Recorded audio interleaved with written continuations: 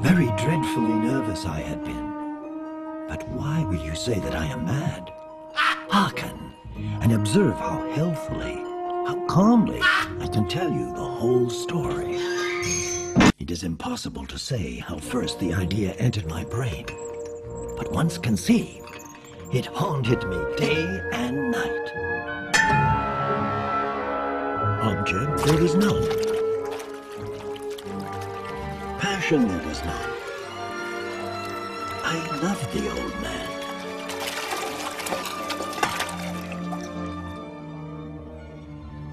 I think it was his eye.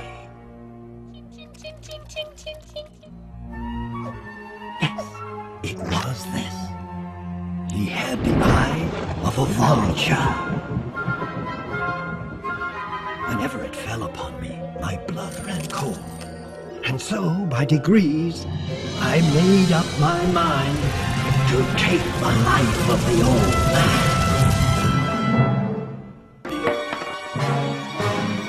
But his evil eye. Then, one night, I was more than usually cautious in opening the door.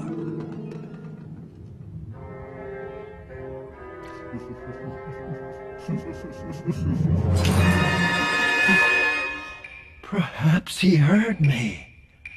Now you may think that I drew back, but no.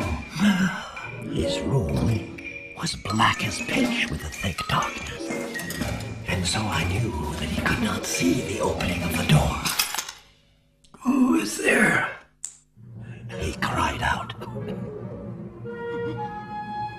It was the groan of mortal terror.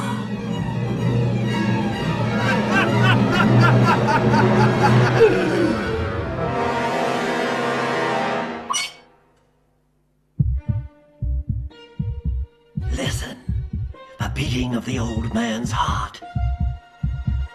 And now a new anxiety seized me. The sound would be heard by a neighbor. The old man's hour had come.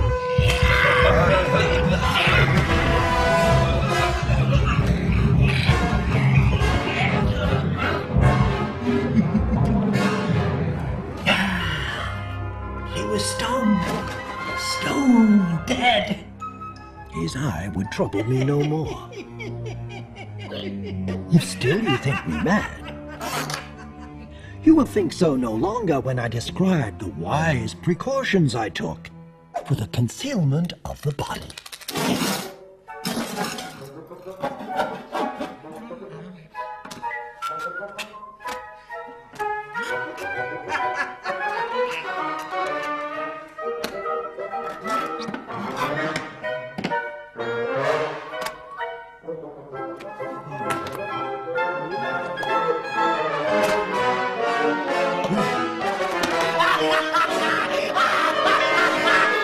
A shriek had been heard by a neighbor during the night.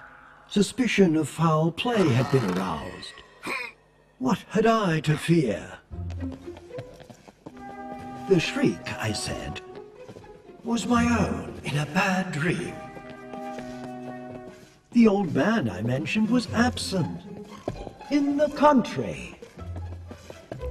I led them at length to his chamber, and desired them here to rest from their fatigues, while I myself, in the wild audacity of my perfect triumph, placed my own seat upon the very spot beneath which reposed the corpse of the victim. My manner had convinced them. I was singularly at ease. They sat and chatted familiar things, but ere long, I felt myself getting pale, and wished them gone. I arose and argued about trifles in a high key and with violent gesticulations. Why would they not be gone? Oh God, what could I do? I foamed, I raved, I swore. Was it possible they heard not? Almighty God, no, they suspected, they knew. Indeed, they knew. They were making a mockery of my horror. This, I thought. But anything was better than this agony. Anything was more tolerable than this derision. I felt I must scream or die. Villains! I shrieked. Admit the deed. Tear up the plank. It is the beating of his hideous heart.